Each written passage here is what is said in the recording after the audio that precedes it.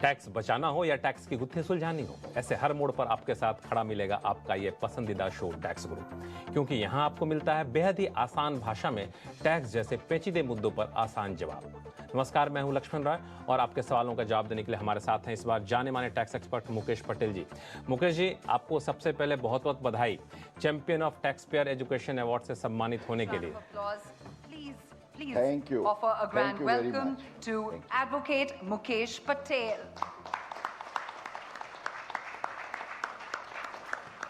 मुकेश जी, ये हम सभी के लिए बहुत ही गर्व का क्षण है और ये आप चूंकि लंबे समय से सीएनबीसी आवाज़ से जुड़े रहे हैं और दर्शकों को आप अपने जो टैक्स से जुड़ी हुई शिक्षा है, जो आपकी एक्सपर्टीज़ है, उससे लाभान्वित करते रहें।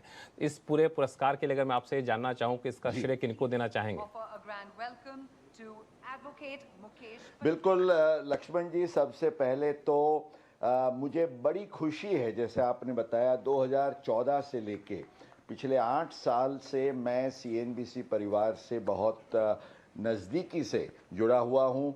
सीएनबीसी आवाज़ ही नहीं, लेकिन सीएनबीसी बाज़ार जो गुजराती भी है, दोनों को मिला के शायद मैं कहूँगा कि मैंने अराउंड 400 टैक्स शोज़ किए हैं मेरे 500 से ज़्यादा टैक्स शोज़ के दायरे में। तो this is a historic figure. अब मैं जब ये सोचता हूँ, आज 45 साल हो गए, मैंने 1977 से मेरा प्रोफेशन शुरू किया, पर मुझे याद है बराबर, nostalgia comes up my mind कि जब मैं एक लॉ का विद्यार्थी था इन द मिड 70s, उस अरसे में भारत के दो दिग्गज कहा जा सकते हैं उनको, टू टावरिंग लीगल ल्यूमिनरीज, एक जस्टिस वी.आर. कृष्णा अय्यर और एक हमारे लीगल ईगल श्री नानी पालखीवाला जी। तो ये दोनों मेरे मेंटर बने और ये मेरा सौभाग्य रहा। और कृष्णा अय्यर साहब ने मुझे जो खुद वो एक he was a Pioneer of legal aid justice, उन्होंने मुझे ये ही फायर्ड माई इमेजिनेशन कि मुझे प्रोफेशन के अलावा ये टैक्स पेयर एजुकेशन का काम हाथ पे लेना चाहिए। उस जमाने में तो टीवी शोज मुझे नहीं लगता है थे। कि जो जिम्मेदारी आपको सौंपी गई उसको आपने न बखूबी निभाया, बल्कि जो आपके मेंटर थे उनकी उम्मीदों से ज्यादा आपने कर दिखाया है और ये सम्मान इसी का प्रतीक है और शायद यही वजह है कि दर्शक आप पर इतना ज्यादा भरोसा करते हैं।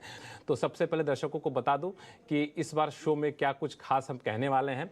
विदेश यात्रा के लिए सरकारी कर्मचारी नहीं कर सकेंगे एलटीसी का क्लेम और ना ही मिलेगी टैक्स में छूट।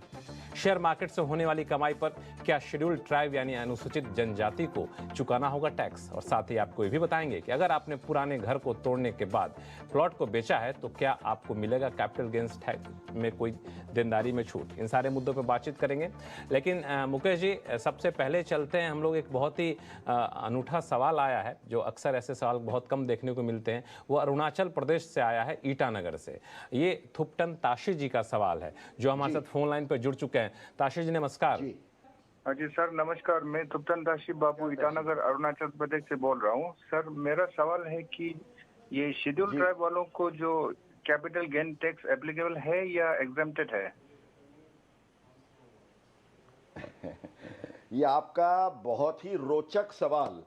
एक्चुअली ये सवाल के लिए लक्ष्मण जी मुझे थोड़ा रिसर्च भी करना पड़ा, क्योंकि ताशी जी को और हमारे कई दर्शक जो खास तौर से नॉर्थ ईस्ट और कश्मीर में लद्दाख एरिया में जो रह रहे हैं, इनके लिए इनकम टैक्स एक्ट की जो सेक्शन 10 सब सेक्शन 26 है, तो उसमें ये कहा गया है कि where there is any income the source of which is within these notified territories, तो उसको exempt गिना जाएगा। और इसके अलावा आपका डिविडेंड या इंटरेस्ट की इनकम हो कहीं भी, तो उसको भी exempt गिना जाएगा। अब सवाल ये आता है कि कैपिटल गेन्स को आप कहाँ का इनकम मानेंगे? क्या आप ये कह सकते हैं कि that income has reason within that particular territory? अब इस पर जजमेंट्स कोर्ट्स के ऐसे हैं कि अगर कोई बंदा है, अरुणाचल का है, और वो अरुणाचल के बाहर अगर काम कर रहा है और उसको सैलरी वहाँ मिलती है, तो वो सोर्स को अरुणाचल के बाहर गिनते हुए उसको टैक्स किया जाता है। अब कैपिटल गेन्स में मेरा आपसे सुझाव ये है ताशी जी कि आप अपने डीमैट के जो अकाउंट्स हैं उसको आप अरुणाचल प्रदेश की टेरिटरी में रखिए, और आपकी कोई प्रॉपर्टी भी हो तो वो अरुणाचल में अगर होती है तो the location of the capital asset is in Arunachal and therefore the capital gains उसका सोर्स भी अरुणाचल माना जाएगा, और मेरे विचार से ये कैपिटल गेन को आप एग्जम्प्ट क्लेम कर सकते हैं। लेकिन आप भले अरुणाचल के हो, बाहर अगर कोई प्रॉपर्टी या शेयर्स है आपका डीमैट वगैरह तो वो टैक्सेबल हो सकता है। ये मैं मुकेश पटेल जी, मैं एक सवाल इससे जुड़ा हुआ पूछना चाहूंगा, ताशी जी को ये कन्फ्यूजन क्यों हुआ? शायद इस वजह से क्योंकि इनकम टैक्स में जो बेनिफिट मिलता है शेड्यूल्ड ट्राइब को, इस वजह से? या यू सी ये एक बहुत सारा, ये आप जानते हैं, ऐसे हमारा ये एक्ट है 1961 में बना। अब उस समय पे ये नॉर्थ ईस्ट और ये जो पर्टिकुलरली लद्दाख का जो एरिया है वो जो नोटिफाइड टेरिटरीज वो काफी बैकवर्ड थे, और उसमें भी शेड्यूल्ड ट्राइब को एक एनकरेजमेंट देने के लिए ये एक विशेष प्रावधान किया गया, और तब से लेके ये चला आ रहा है। अच्छा। तो आज तो अरुणाचल में काफी डेवलपमेंट हो चुका है, पर ये प्रोविजन चालू है, इसलिए इसका लाभ इनको मिल सकता है। ताशी जी, आप मुकेश जी के जवाब से उम्मीद करता हूं संतुष्ट होंगे। जी सर, बहुत संतोष हो गया, बहुत बहुत धन्यवाद सर। चलिए, आगे भी कभी भी कोई आपको कंफ्यूजन हो कभी तो आप बिल्कुल लिखिएगा। बहुत अच्छा लगा कि आपका सवाल आया, और आप अरुणाचल में हैं उसके बावजूद आप हमारे शो को देखते हैं और हमारे शो को इस काबिल समझा कि आपकी टैक्स की गुत्थी को सुलझा सके। अब चलते हैं दिल्ली, जहां से सचिन जैन साहब का सवाल आया है। दरअसल इन्होंने ईमेल भेजा है और इसमें इनका कहना है कि इन्हें स्टॉक मार्केट ट्रेडिंग से 40 लाख रुपए का नुकसान हुआ है। इन्होंने जुलाई में रिटर्न फाइल नहीं किया था क्योंकि इन्हें लगा कि इनके टर्नओवर को टैक्स ऑडिट की ज़रूरत होगी, तो उनके पास सितंबर तक का समय हो जाएगा। लेकिन बाद में इनके सीए ने क्लैरिफाई किया कि टैक्स ऑडिट की ज़रूरत नहीं है क्योंकि टर्नओवर में प्रॉफिट और लॉस अकाउंट होता है। अब ये क्या करें? लॉस को कैरी फॉरवर्ड करने का कोई तरीका है क्या? मुकेश जी, क्या जवाब दिया जाए इनको? बिल्कुल, इनके लिए भी लक्ष्मण जी एक खुशखबरी मैं लेके बता सकता हूं कि हालांकि जो इनकम टैक्स एक्ट के नॉर्मल प्रोविजंस है उसके प्रावधान के अनुसार अगर आपका रिटर्न लेट होता है तो आपको कैरी फॉरवर्ड ऑफ लॉस का फायदा नहीं मिलता है। लेकिन इसमें एक विशिष्ट अपवाद, एक्सेप्शन हम कहेंगे, कि सेक्शन 119 जो है, जहां सीबीडीटी को विशेष पावर्स दिए गए हैं to condone the delay in filing of the return, जिसके कारण कई बार किसी का रिफंड छूट जाता हो या ये लॉसेस को कैरी फॉरवर्ड करने का कोई केस हो इनके जैसे, तो उसमें बोर्ड को सत्ता दी गई है कि रिलीफ, और ये बोर्ड की जो सत्ता है मॉनिटरी लिमिट्स के आधार से उनके टेरिटरी के प्रिंसिपल चीफ कमिश्नर को भी वो अप्रोच कर सकते हैं। इसके लिए वो नोट करें सर्कुलर नंबर 8 ऑफ 2001, ये सीबीडीटी का सर्कुलर लक्ष्मण जी उनको बहुत काम में आएगा। तो सर्कुलर नंबर 8 जो 2001 यानी 2001 में जारी किया गया था, उसके आधार पर आप अपने लॉस को कैरी फॉरवर्ड कर सकते हैं, और जैसा कि मुकेश जी ने आपको तरीका बताया, आप बिल्कुल आप अपने टैक्स को बचा भी सकते हैं।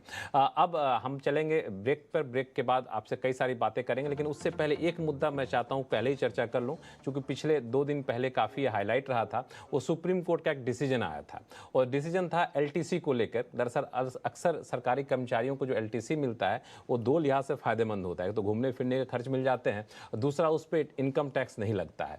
लेकिन सुप्रीम कोर्ट ने एक बड़ा ही अनूठा फैसला दिया है। बोला है कि एलटीसी तो आपको मिलेगा, एलटीसी पे टैक्स छूट भी मिलेगी, लेकिन एलटीसी तभी आप क्लेम कर सकेंगे जब भारत में ट्रेवल करेंगे।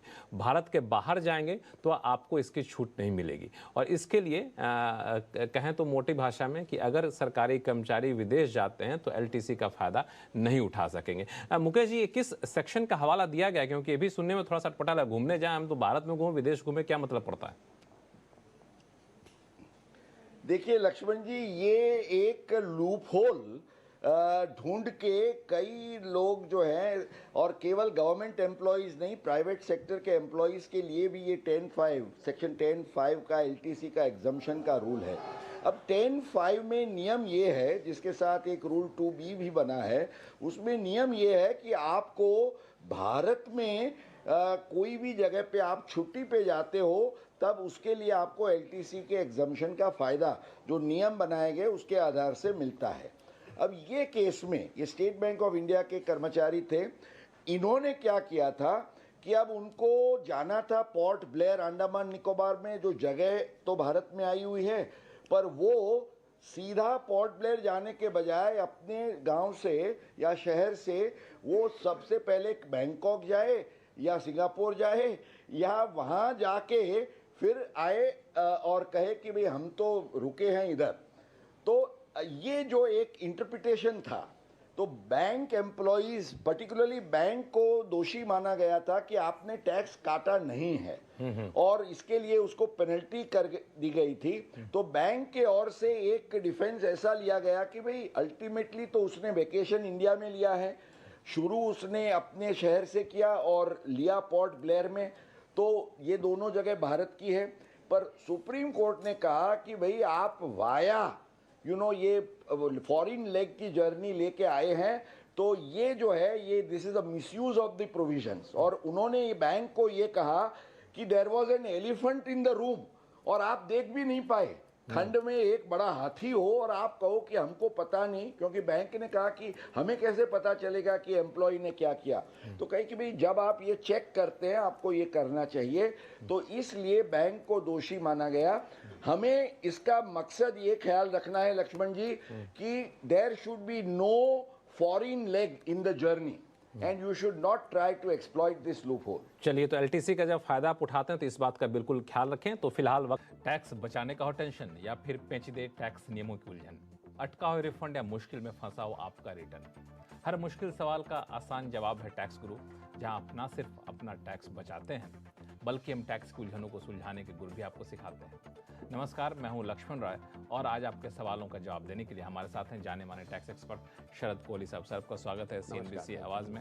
हमने देखा है कि विदेश में रहने वाले भारतीय अपने घर पे परिवार को, माता पिता को पैसे भेजते रहे, लेकिन इन दिनों विदेश में पैसा भेजने का चलन बढ़ता जा रहा है।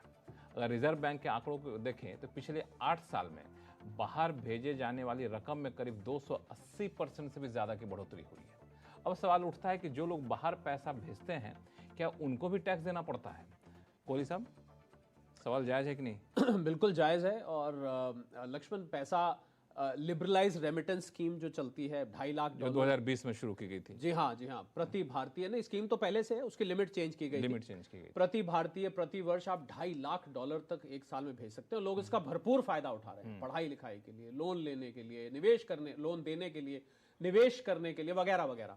तो देखिए, आप जब पैसा भेजते हैं तो 7 लाख रुपए, लक्ष्मण एक लिमिट नोट कर लीजिए, अगर 7 लाख रुपए से ऊपर की रकम बन रही है, और ये लक्ष्मण इंटरेस्टिंग बात है, 7 लाख जब तय की गई थी $10,000 जब रुपया 1 डॉलर 70 रुपए पे होता था, ये तब तय गई, पर अब लिमिट अभी भी 7 लाख है। तो अगर 7 लाख से ऊपर आप जाते हैं, इफेक्टिवली लिमिट कम हो गई है। हाँ, इफेक्टिवली देखा जाए तो बिल्कुल कम हो गई है। तो अगर आप 7 लाख से ऊपर जाते हैं तो उससे ऊपर जो भी अमाउंट होगा उस पे बैंक आपसे 5% TCS, tax collected at source, आपसे ले लेगा। और अगर आपके पास मान लीजिए लोन दे रहे हैं, आप कहीं लोन की एजुकेशन लोन लिया हुआ है, उसकी रीपेमेंट कर रहे हैं, तो 0.5% आपसे ये tax collected at source leviable उस अमाउंट पर होगा। तो ये जो अब TCS की बात करें तो मेरे मन में एक सवाल आया, कई बार हम लोग TCS यहाँ कटता है भारत में, तो अलग अलग तरीके से इसको हम लोग क्रेडिट ले सकते हैं, तो क्या बाहर जो पैसा भेजने पे TCS कटता है?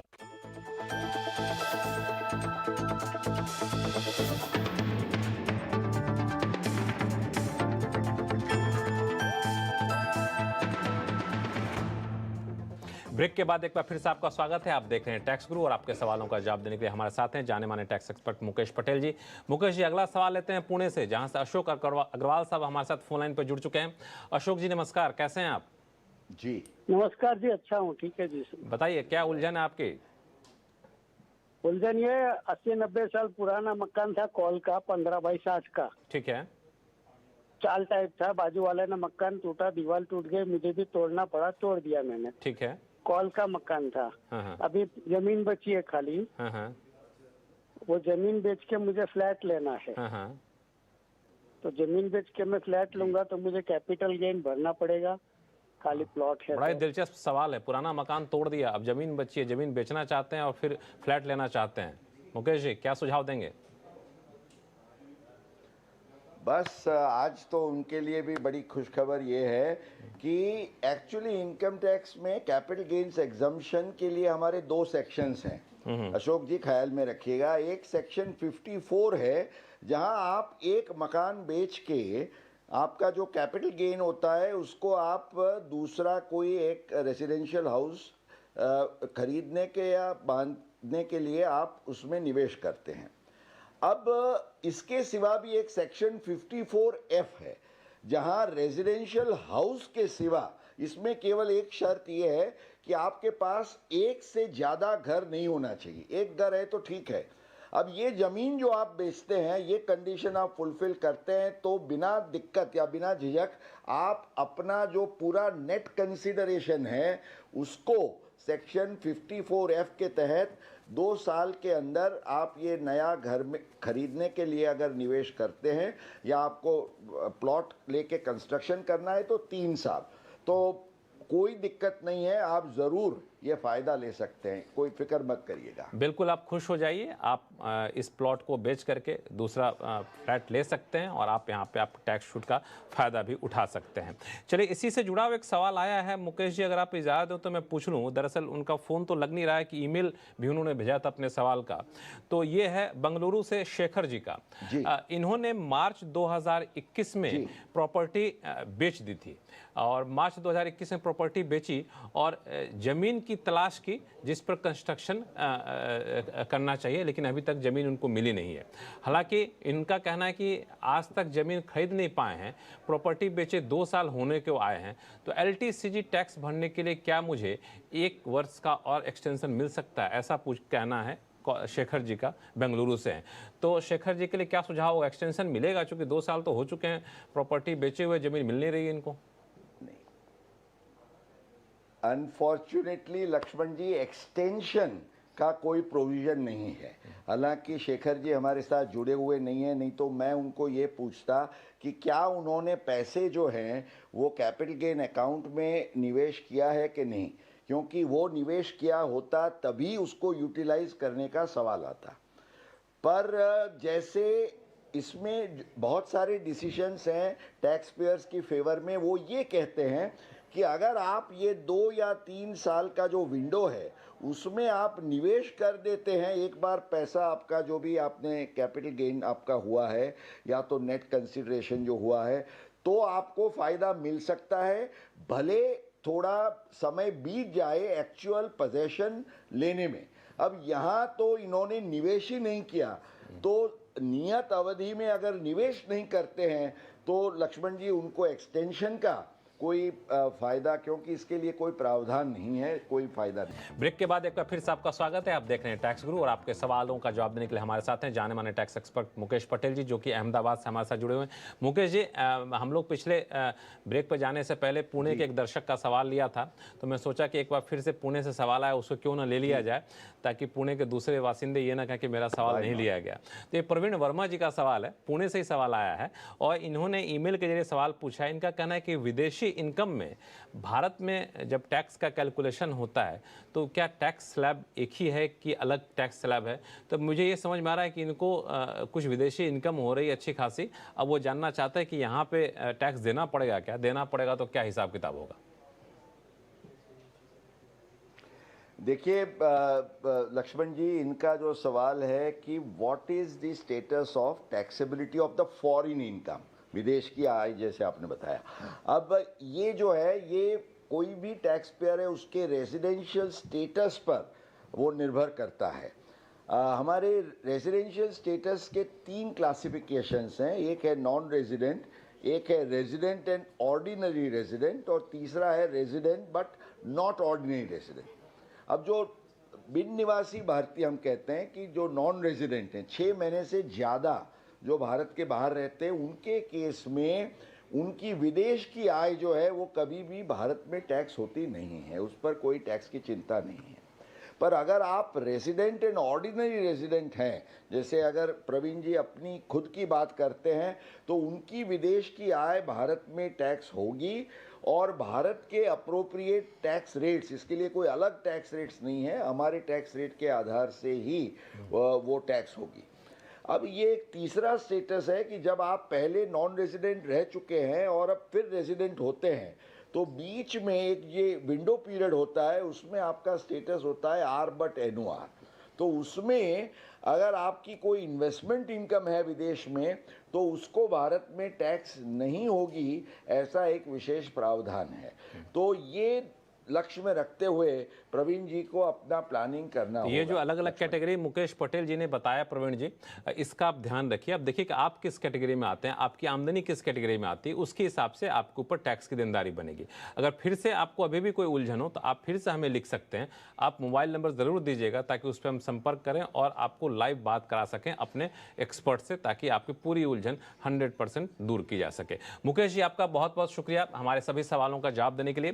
टैक्स गुरु में फिलहाल इतना ही। आपके पास कोई भी सवाल हो, चाहे इनकम टैक्स से जुड़ा हुआ हो या फिर GST से, आप हमें लिख भेजिए tax@moneycontrol.com पर, और आप अपने सवाल के साथ अपना नाम और मोबाइल नंबर लिखना ना भूलें ताकि हम आपसे संपर्क कर सकें। टैक्स गुरु में फिलहाल इतना ही। देखते रहिए CNBC आवाज। नमस्कार।